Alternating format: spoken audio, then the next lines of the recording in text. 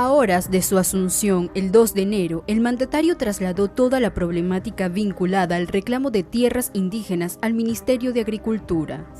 Desde enero hasta hoy, el gobierno dio licencia para que aterricen 262 nuevos pesticidas. Al mismo tiempo, Bolsonaro atacó al Fondo Amazzonia, creado durante la época de Lula para promover políticas de protección a esta región, y recortó el presupuesto del FUNAI, encargado de la atención a la población indígena. Organizaciones ecologistas calculan que en los últimos 50 años, 20% de la Amazonía ha sido destruido, proceso que se ha acelerado con la llegada de Bolsonaro, decidido a abrir la región a empresas privadas en minería, turismo y agricultura, especialmente soja y palma.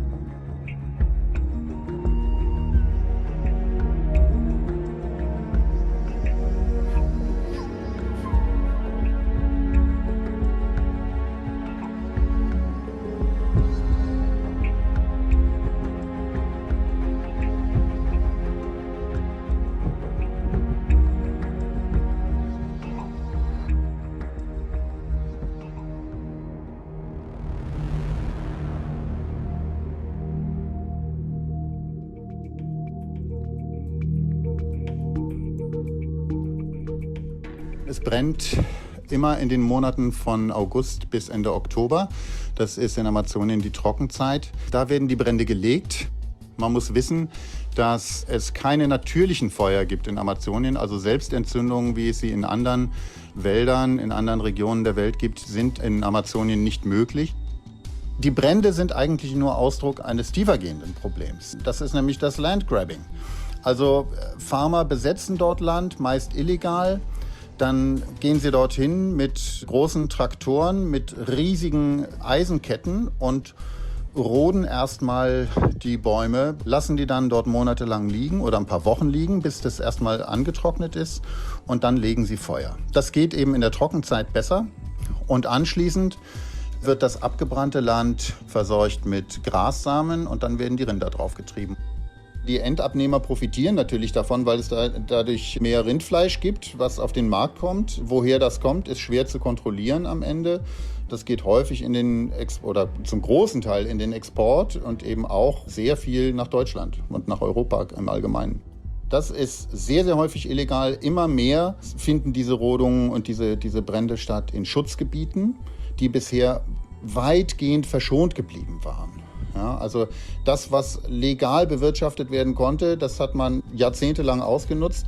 Bolsonaro hat schon vor Amtsantritt die Farmer geradezu ermutigt, Schutzgebiete zu verletzen und da reinzugehen. Er hat gesagt, das sind alles sozusagen nicht gehobene Schätze. Amazonien muss erschlossen werden. Also der Umweltminister Ricardo Salles ist ein Mann der Agrolobby.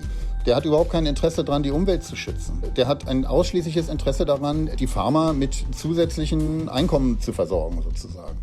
Bolsonaro will sich der Indigenen entledigen. Das hat er ziemlich deutlich auch vielfach gesagt, auch schon im Wahlkampf. Bolsonaro, ja, man muss das so klar sagen, er hasst die Indigenen. Sie sind ihm in seinen Augen ein Hindernis für den Fortschritt. Und sein Fortschrittsbild ist halt ein sehr koloniales. Das heißt, Bodenschätze ausbeuten und Holz verkaufen und Rinder drauf, und dann verdienen alle gutes Geld. Die Indigenen stehen unter enormem Druck. Sie werden angegriffen, sie werden erschossen, sie werden vertrieben. Neben den Bränden hat man natürlich auch das Problem jetzt wieder der Goldschürfer, die auch regelrecht ermuntert werden, in indigene Schutzgebiete vorzudringen und dort nach Gold zu schürfen. Das ist die nächste Katastrophe. Da wird dann wieder ganz viel Quecksilber produziert, was dann die Bevölkerung vergiftet, weil man es nicht abbauen kann.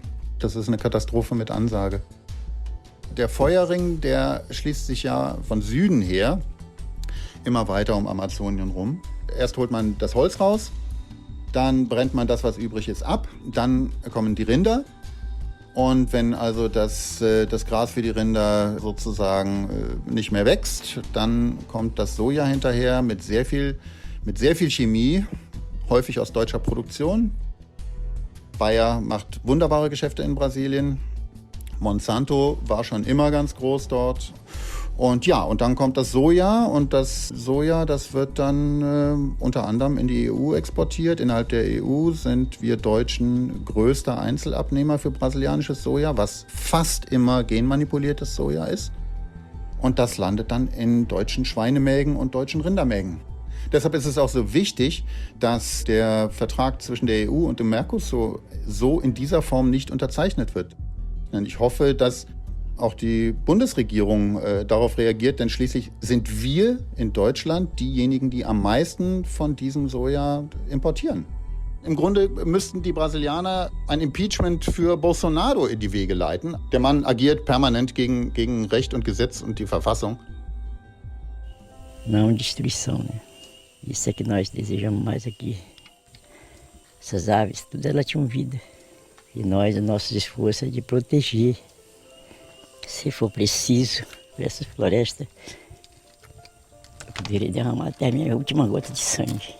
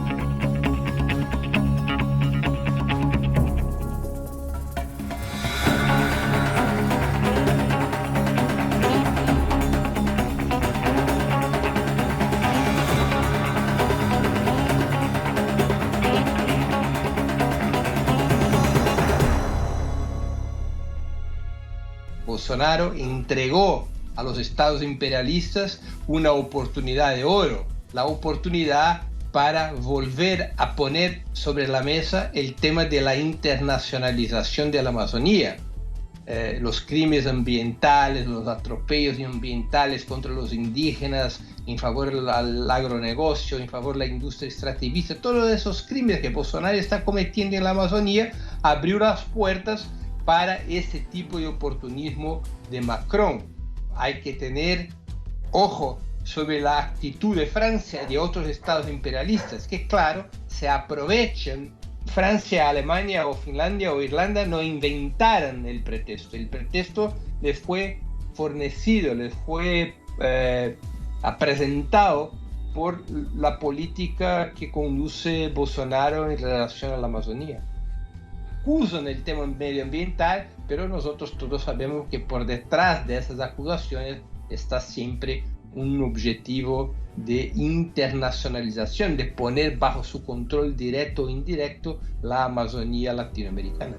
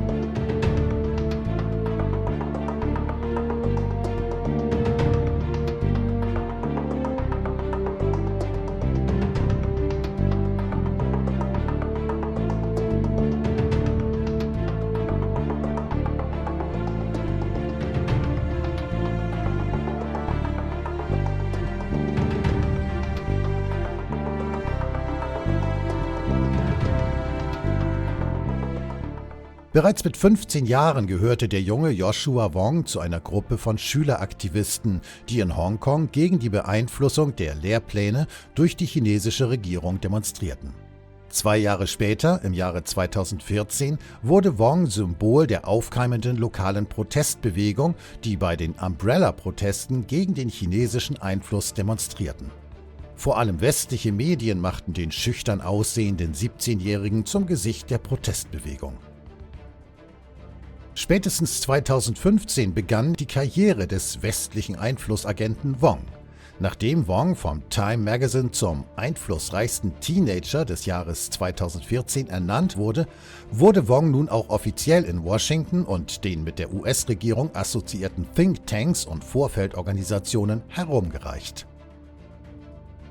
Im Jahr nach den Protesten traf er unter anderem die Sprecherin des Repräsentantenhauses Nancy Pelosi, den Falken Tom Cotton und erstmals auch eine besondere Person, bei der er offenbar seitdem ein- und ausgeht. den republikanischen Senator und Präsidentschaftskandidaten Marco Rubio. Rubio ist kein Unbekannter. Er ist ein bekennender Anhänger der neokonservativen Falken und war schon der Strippenzieher beim gescheiterten Putsch in Venezuela. Im November 2016 warnte bereits die ganz sicher nicht als Peking nahe geltende South China Morning Post vor der Vereinnahmung Wongs durch die ultrakonservativen Eliten der USA und insbesondere vor Wongs Verbindung zu Rubio. Wong ist also beileibe kein unbeschriebenes Blatt und genau die Sorte Freiheitskämpfer, die in den transatlantischen Kreisen des Wertewestens so beliebt ist.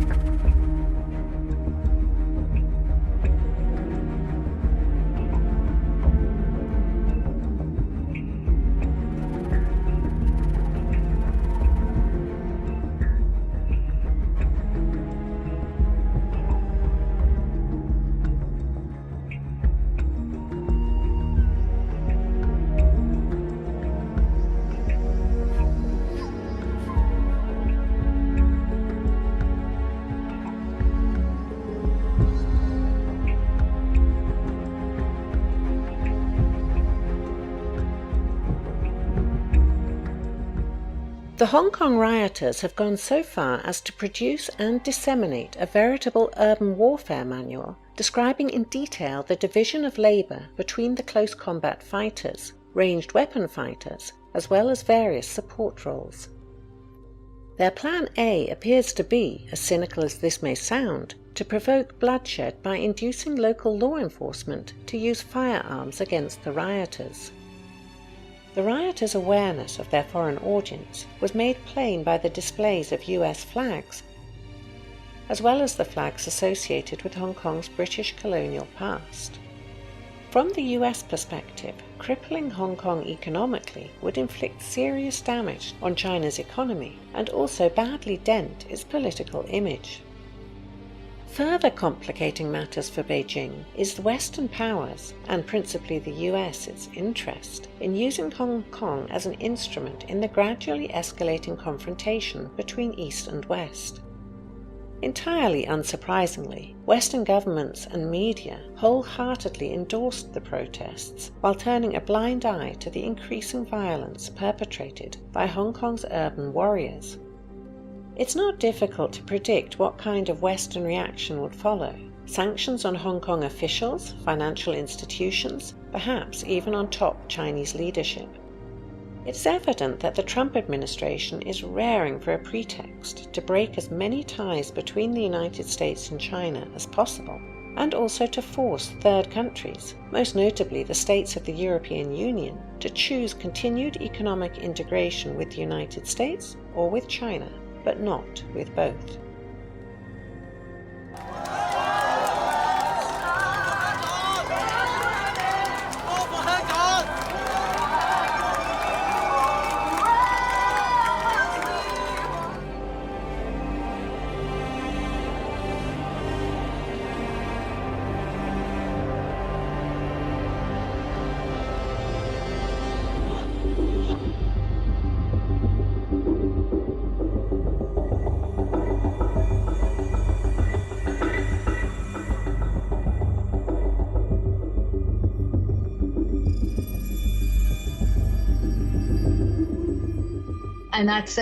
Hier sieht man, wer Joshua Wong und alle diese Demonstranten wirklich sind, wenn sie US-Flaggen tragen oder britische Flaggen, koloniale Flaggen. Sie wollen eine Intervention der Vereinigten Staaten gegen China, nicht nur in Hongkong. Sie wollen Gesetze, die zu einem Handelskrieg gegen China beitragen, und sie wollen einen harten Handelskrieg. Sie sind da die echten Fürsprecher. Ich denke, es handelt sich nicht um eine legitime Bewegung, denn sie sind extrem gut finanziert und auch organisiert und sie stehen nicht hinter den wirklichen Bedürfnissen der Menschen in Hongkong für eine Zukunft und für ein besseres Leben. Stattdessen wollen sie Hass erzeugen.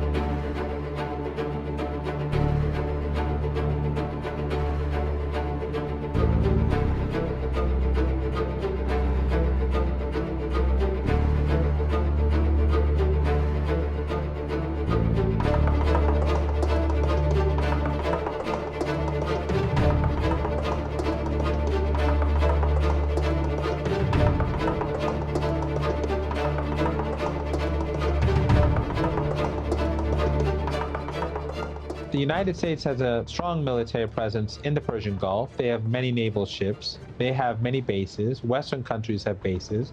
So it's very difficult to imagine that a host of Iranian missiles and drones flew over the Persian Gulf and then struck targets in Saudi Arabia without detection. Saudi Arabia has spent hundreds of billions of dollars on their military, and it's been focused on Iran. So all of their installations are alongside the Persian Gulf region and directed towards any potential so-called Iranian threat. So how could such a thing be that the Iranians would carry out such a massive strike, yet no one in the American or Saudi military is able to detect it?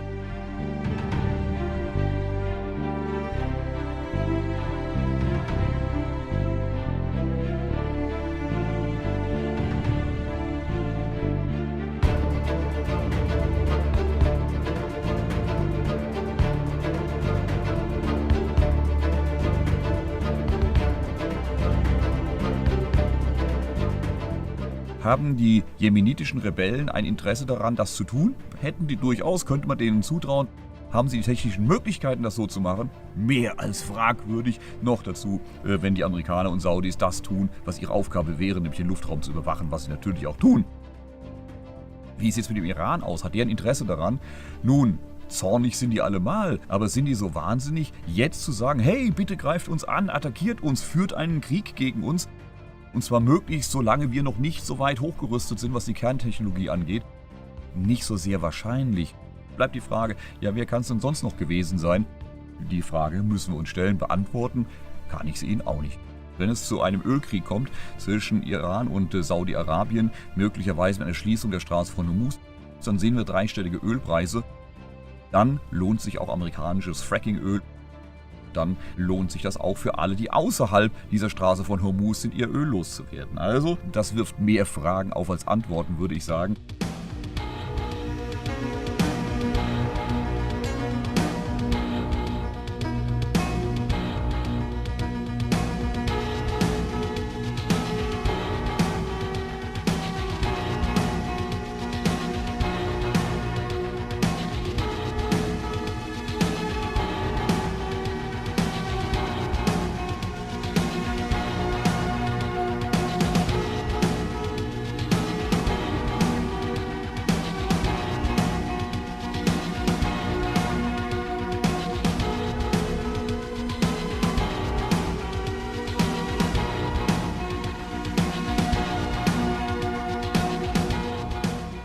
The United States is pursuing its own interests, and that is to control the flow of oil to the world. And that means providing oil to its friends and denying oil to its enemies. We've seen the United States embargo oil to countries like Syria, the sale of oil from Iran, Sudan, Libya, many other places. This is about the United States' control over the most important commodity in the world. Oil is not just a product. It is leverage over the international community. It's geostrategically important. Ever since World War II, the United States has wanted to control energy in the world. So the United States is very loath to leave the Gulf, even though it doesn't actually need the oil itself.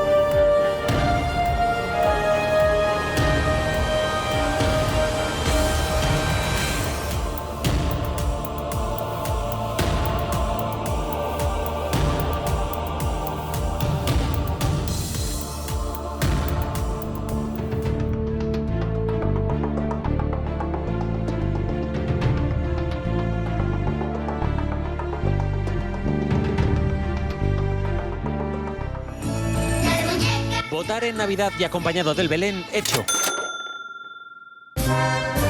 Hacer campaña en Semana Santa y al volver de vacaciones, ir a votar también. Por si quieren pruebas de que lo poco agrada y lo mucho enfada, es qué opina la calle ante otras elecciones. Venga, por Dios, los políticos. Pues sí, otra campaña se acerca y aunque la tragedia va por barrios, menos mal que con humor en las redes. Que los españoles gritan ante el desastre está claro. Rozamos el ridículo. Elecciones en noviembre, elecciones en noviembre. ¿Qué? ¿Otra vez? ¡Qué estúpido país! España necesita estabilidad, moderación y un gobierno progresista. Eso... En fin, no se lo tomen tan a pecho, respiren, cuenten hasta 10. Para todo el pueblo español, elecciones.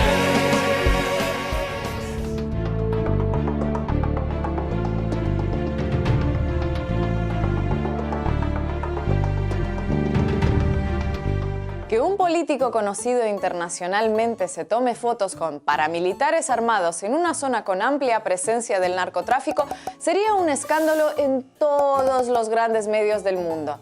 A menos, por supuesto, que ese político se llame Juan Guaidó y entonces mágicamente pasa a no ser escándalo en ninguno. Estas son las fotos, así es como las interpretaron los medios. Estas son las fotos, así es como las interpretaron los medios. Las incómodas fotos, las polémicas instantáneas, las controversiales imágenes. Nada de indignantes, escandalosas o por lo menos perturbadoras aunque sea. Nada, todo normal, comprensible, justificable. Los intentos de algunos por ocultar ciertos detalles reveladores, como por ejemplo la pistola que llevaba uno de los paramilitares en su cinturón, requirieron meterle zoom y recorte a las fotos, aunque fuera a costa de que salieran más pixeladas que un mosaico romano. Tranquilo, presidente. Usted siga así, sacándose fotos con todo el mundo, que algún buen recuerdo tendrá que quedarle para cuando concluya su presidencia imaginaria.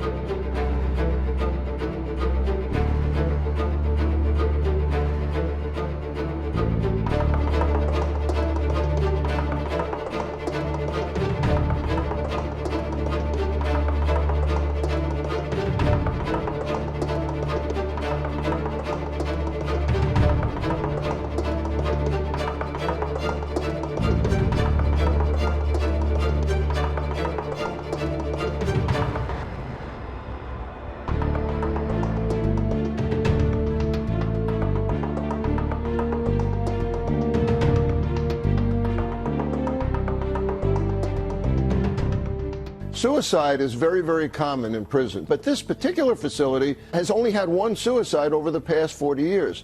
The other question that's come up is, where were the cameras? Why wasn't he being observed? I can tell you that someone that's supposedly been on suicide watch, no psychiatrist would take a person off of suicide watch in this kind of condition. I have never seen that in all my years of practice. It doesn't happen. This is almost unbelievable that this occurred. Medically, it's inexcusable.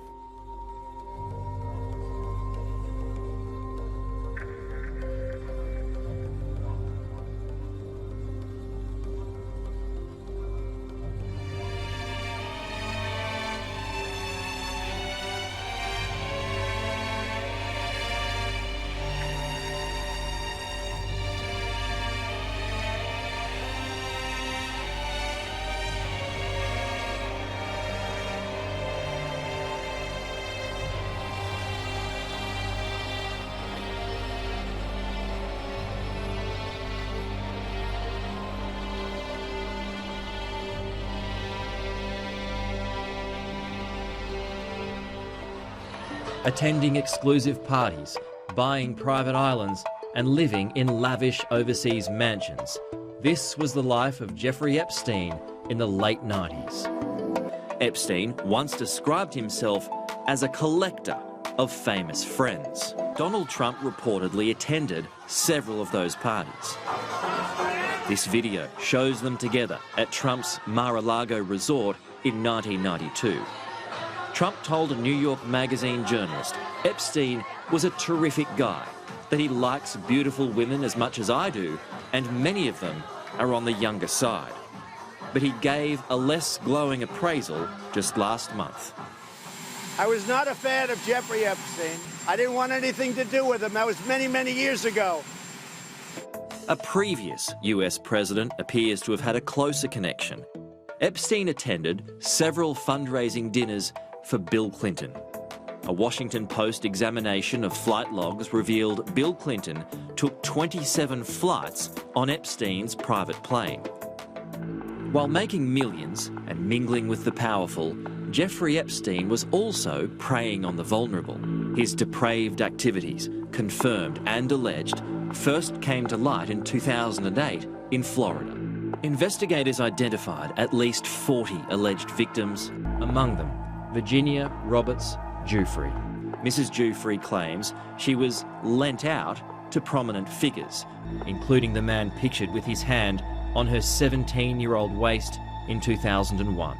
Prince Andrew, the Queen's second son, had a relationship with Jeffrey Epstein which spanned decades. Prince Andrew later said he stayed at Epstein's homes several times, and flight records show the prince travelled on Epstein's private plane in 1999. In 2008, Epstein was behind bars, convicted for soliciting sex with a minor, but given a dubiously lenient sentence of just 18 months. Soon after he was released and had returned to New York, he was snapped, strolling through Central Park with Prince Andrew. Now that's extraordinary that somebody who is the Prince of England would go and meet with somebody who has these convictions. Why did he go and meet with Mr. Epstein after he had been convicted, after he had been to jail, after the world had known what was going on inside Mr. Epstein's home?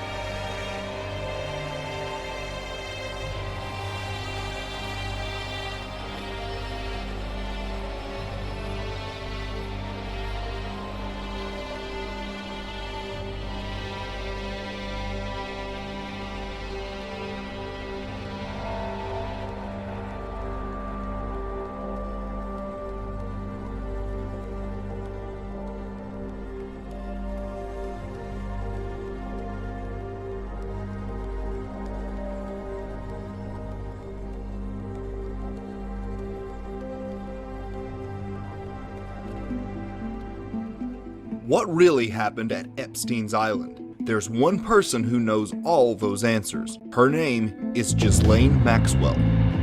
Known for her role as Epstein's sidekick and procurer for his underage sex trafficking and blackmail operation. Her father, Robert Maxwell, was a British media magnate with ties to intelligence agencies such as Mossad and MI6. Ghislaine moved to New York City and promptly became a fixture among Manhattan high society. The number of celebrities, business moguls, and world leaders this woman has been photographed with is troubling to say the least. Epstein financed her lifestyle while she not only managed his household, but helped procure and arrange children for his empire. According to a Vanity Fair source, Ghislaine actually bragged about their blackmail scheme, saying that the entire island was bugged with surveillance equipment, and that she and Epstein were videotaping everyone for blackmail. Ghislaine obtained her helicopter license, and Epstein bought her a $4 million luxury helicopter. Ghislaine actually said the reason why she has a helicopter is so she could fly whoever she wants to Epstein's Island without anyone knowing. Researchers have also discovered that in addition to being a helicopter pilot, Ghislaine is also licensed to pilot submarines. Is it possible a submarine was used in Epstein's trafficking operations? Ghislaine was known for confiscating the foreign girls' passports so they couldn't leave the island. How many girls never made it off the island to tell their tales of abuse? We will never know.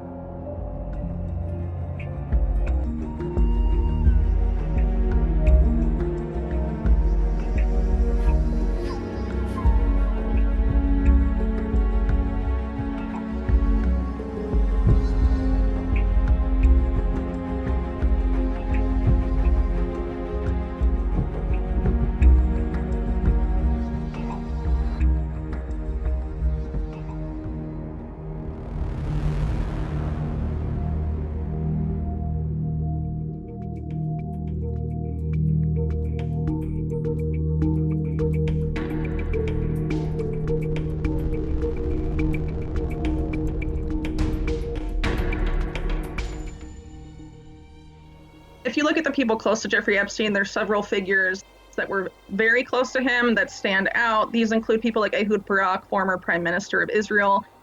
They were introduced by Shimon Peres, showing that Epstein socialized among these political players. And also Jeffrey Epstein had previously worked for Adnan Khashoggi. Adnan Khashoggi was involved in the Iran-Contra scandal and was known to be on the Mossad payroll at that time. Beyond that, we have Ghislaine Maxwell, who, by all accounts, was the person closest to Epstein and most involved in his affairs. Her father, Robert Maxwell, was alleged to be a Mossad operative, or at least linked to the Mossad. The ties to the mega group are really clear. And, they're often front people for oligarchs, in terms of like the structure and hierarchy of how things really work. There's people above them. And I think, honestly, the mega group is an example of that. So frankly, I think this is a network, really. I don't think Epstein was an isolated case.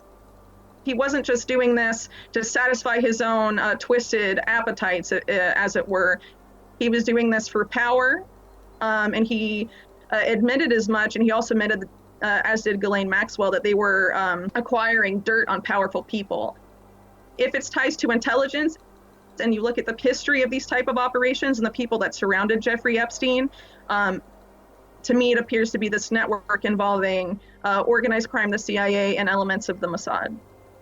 But of course, the reason that we're talking about intelligence agencies at all is the fact that the alleged reason the sweetheart deal was reached, and it has never been really talked about by anyone in the government, that Epstein was linked to intelligence, and that's why he had evaded justice for so long. Where Epstein is supposed to have acquired his money is much more of a mystery.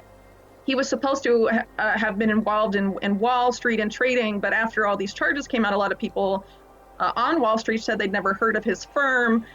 And of course, the townhouse and all of that was given to Epstein by Leslie Wexner. Wexner originally bought this house in 1989, and he never lived in it. But after he bought it, he spent millions of dollars decorating and refurbishing the home that was later occupied by Jeffrey Epstein. And one of the things that Wexner put in this house was a rather odd bathroom that visitors described as a James Bond-like bathroom, because it was lined with lead, assumably to prevent electronic surveillance.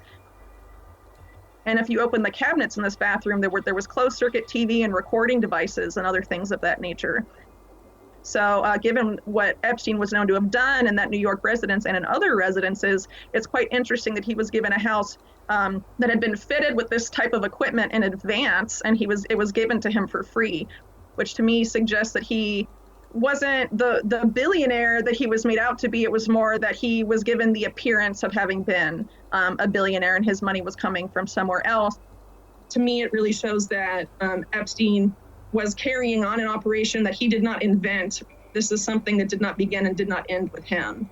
And he was just perpetuating this. And I think that's why it's really important to challenge some of the narratives that have come out around this case, that Epstein was solely responsible for all of this activity, and that he had deceived the billionaires who funded him, and that this is all to be blamed on a single man. I think if we do that, we're really doing his victims an injustice, because this is something much larger than Epstein.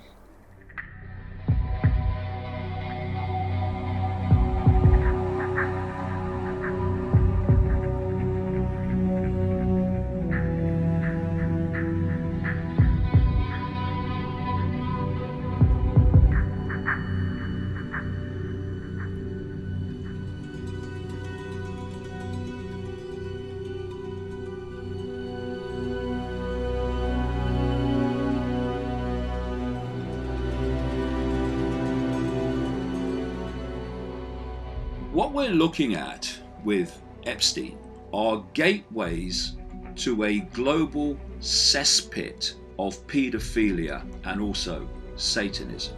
It involves some of the most powerful, rich, and famous people in the world.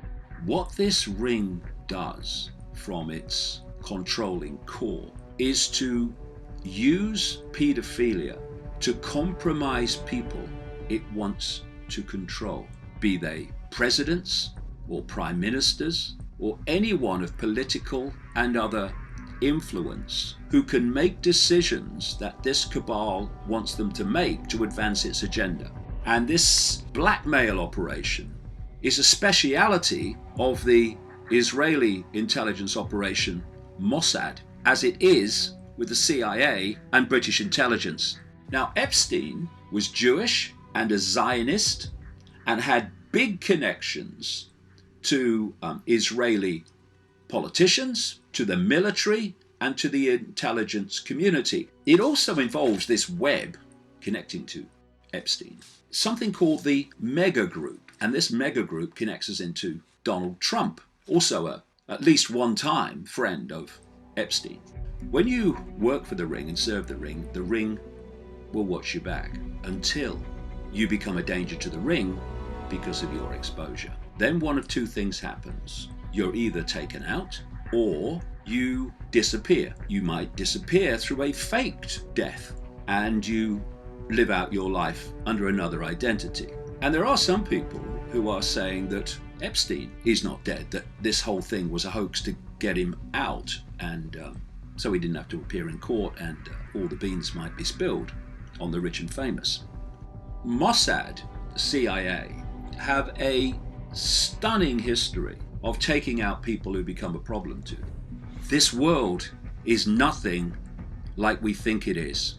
We have a cabal that is psychopathic and satanic, that is dictating world events and is dictating your life in increasingly fine detail. And we need to open our minds to it very fast, because its agenda for humanity is horrific.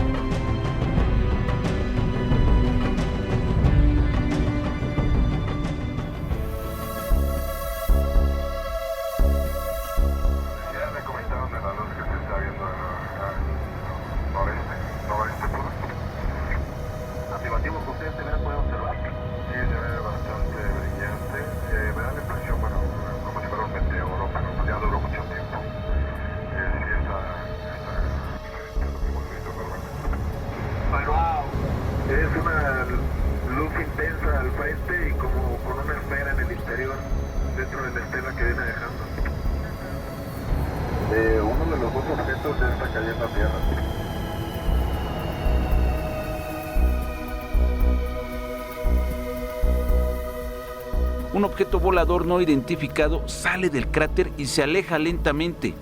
Asciende de forma vertical completamente.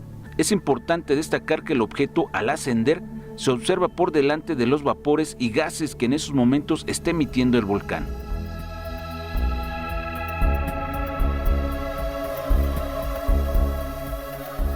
Fue captado un video que expone la presencia de 6 objetos voladores no identificados que se mantenían estáticos sobre el horizonte en la campiña inglesa, el lugar donde desde hace décadas se reporta la presencia de extraordinarias formaciones en los campos de cultivo.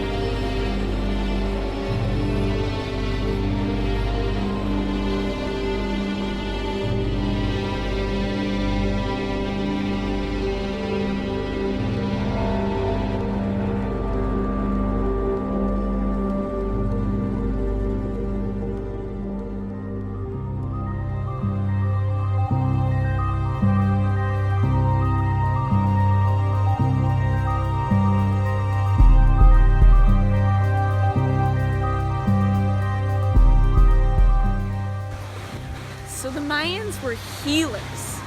And very, of course, tuned into all the astrological things. They could track everything. They even could track our cycle of ascension, and that's what 2012 was all about. Now that has passed, but we still are going through, there's a little give and take of a few years where we're still going through this cycle. Now the most important part for me right now with the Mayans is the energy of the Mayan inner earth group. The Mayan civilization was huge, millions and millions of people. And that's where the Mayan inner earth group came from, so they actually went inner earth. When they left, it got messy. So that's where the sacrifice came in, where they're like, we must sacrifice to the gods, to the heavens, to have these powers, to have, it rain every year, to have all these different things happen. But it was skewed and went into the dark. So it was that's where the dark magic, the sacrifice came from, was actually these Mayans leaving.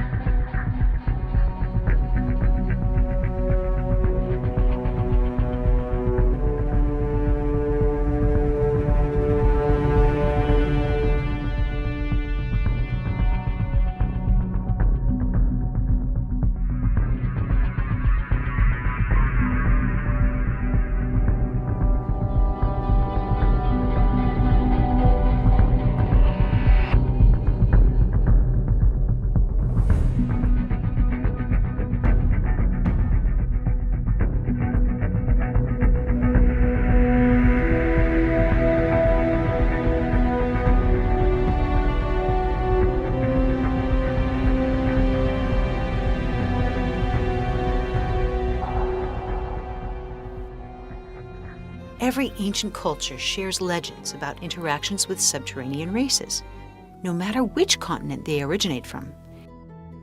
They say inner Earth has water, oceans, and luminosity, and that it sustains not only plants and animals, but intelligent life. According to Tibetans, Shambhala is a physical place, but one that also has an ethereal nature, given its location inside this holistic, evolving planet.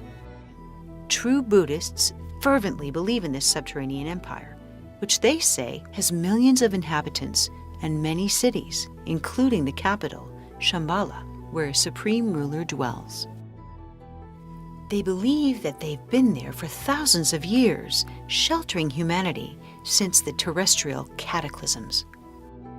Earth is a spherical, spacious planetary body with enormous, continent-sized caverns deep within it, and large entrances miles across at the North and South Pole. NASA's images and videos of the poles are rare. They're hard to find. But when they are revealed, they often have cloud cover, ice cover, or questionable anomalies, like simply being blotted out. Stranger still, no planes or satellites are permitted to come within a certain distance of the poles. Well, in November 1968, a satellite photo of the North Pole was released. It showed a large polar opening in absence of cloud cover. Satellite images since then, showing serious anomalies, do raise questions, particularly the one from Russian space station Mir in 1987, showing light emanating in a very mysterious fashion. And then there are other NASA images of the planets: Venus, Jupiter, the various moons, all showing strange qualities or blotted out poles. Why do these images from space consistently have their poles concealed? Like this blotted one of Jupiter, where you can actually see light emanating from the center. No investigation of inner Earth is complete without the unique story relayed by the pioneering American aviator Admiral Richard Byrd Jr., one of the most highly decorated officers in military history, who led numerous expeditions to both poles. He fought for the Allies in both world wars and led 2 huge military expeditions to Antarctica following World War II. He called it the land of everlasting mystery and a vast new territory not on any map. He said it was an area as big as the U.S., never seen by a human being. He said that he traveled 1,700 miles on this journey. And he was so surprised when ice below gave way to lush green forests, lakes, rivers, and mountains. He noted that everything had unique and inexplicable color. And suddenly he realized in shock that there were some kind of space vehicles flying beside him. They escorted him, and he saw an entire city and was safely landed despite the fact he had no control over his plane. Once there, he was graciously greeted by civilians, and they called this place Agartha. He and his crew were then taken to meet what they were told was the ruler of Agartha. They were told they'd been allowed to enter, despite these invisible barriers, because of his high moral and ethical character. The ruler went on to say that ever since the U.S. had dropped atomic bombs on Hiroshima and Nagasaki, their race had been very concerned for human safety and the survival of the planet. And Byrd was asked to share this message and warning to civilization. In closing, Byrd said he briefed the Pentagon of his message, was interviewed intently by top security forces and a medical team, and ordered to remain silent in regard to all that he learned on behalf of humanity. 10 years later, he wrote a final entry. I must state that I have faithfully kept this matter secret, as directed all these years. I've done my duty towards the monstrous military-industrial complex, and those who are of darkness shall fall in its light. For I have seen that land beyond the pole, that center of the great unknown.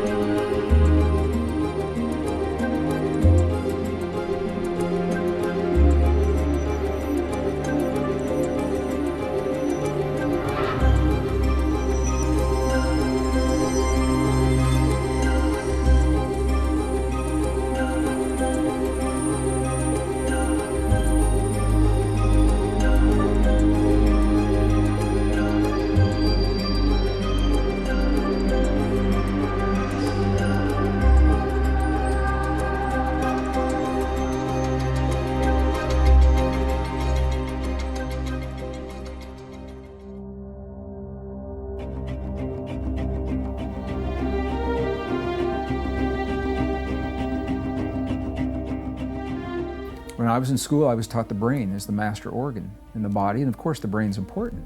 But now we know the brain receives the bulk of the instructions that tell the brain what to do come from the heart. And the heart creates those instructions based on our perception, how we feel about the world around us. When we have a sense of well-being and we feel safe, we send one set of signals. When we feel threatened or we're constantly being vigilant of the world, that's a very, very different chemistry that we're sending, and we do it instinctively. There are techniques that allow us to very consciously harmonize the heart and the brain when we choose to do that. And when we do that, it opens the door to tremendous potentials, including super learning, super memory, longevity enzymes are awakened. So we know about these specialized cells, neurons in the heart. They think independently of the human brain. They feel independently. They remember independently. When we have experiences in life, we register those in these neurons in our body. If they're good experiences, it's not a problem. Rarely do we find someone who is stuck in joy. You don't hear people say, God, I've got so much joy in my life, can you help me out? So the joy isn't the problem, even though the joy is registered in those neurons as well. Candace Pert was the first medical doctor who linked human trauma and human emotion to these physical chemicals. They're called neuropeptides. So the word tells you the whole thing right there. Neuro is associated with the nervous system, and peptides, it's a chemical bond. When we have experiences in our lives, often at young ages, even in the womb before we're born, and we don't know how to resolve the trauma, so it's the unresolved trauma that becomes the problem. What happens is that our perceptions, our body, will create a chemistry that matches that trauma. And ideally, the chemistry wants to metabolize. It wants to move through the body, through the blood, and be metabolized through urine or perspiration, just the way other chemicals are.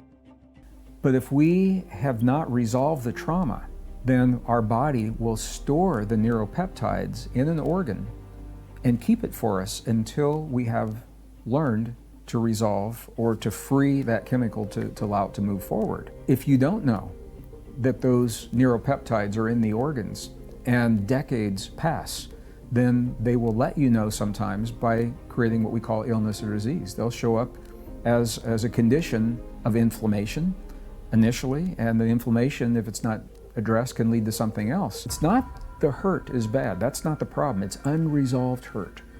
So the question is, when we have these deeply traumatic experiences, and we all have them in our lives, loss of loved ones, betrayal, when someone lies to us, or infidelity, these are the most intimate relationships is where we have the deepest hurts. And we have those, where does that emotion go? If you're trying to recall those things with the mind, in the polarity, the mind and the ego and the subconscious patterning want a polarity response. They want a right or a wrong or a good or a bad. And when you look at the wrongness or the badness, that's where the hurt comes from. When we begin to access the memories from the heart that do not have that polarity, it's almost surreal. It's like you can be honest with yourself and objective about what happened without immersing yourself in the pain. And that is where these neuropeptides, they will begin to free. And of course, that has external, sometimes when they're free, you get a rash sometimes because they're moving quickly, obviously tears, a lot of emotion, shift in breathing. And what that means is that the hurt now has been redefined. You don't change what happened, but you change your ability to respond to what happened. I believe that we have everything that we need to transcend any experience that can come to us in this world with our own medicine cabinet and our own chemistry that we have. And when an individual is able to access this part of themselves and awaken this, and then heal what they've thought was their deepest hurt from something that's already within them, the level of confidence, the level of mastery, the level of self-esteem, knowing that you can do that, it changes the way you look at the world.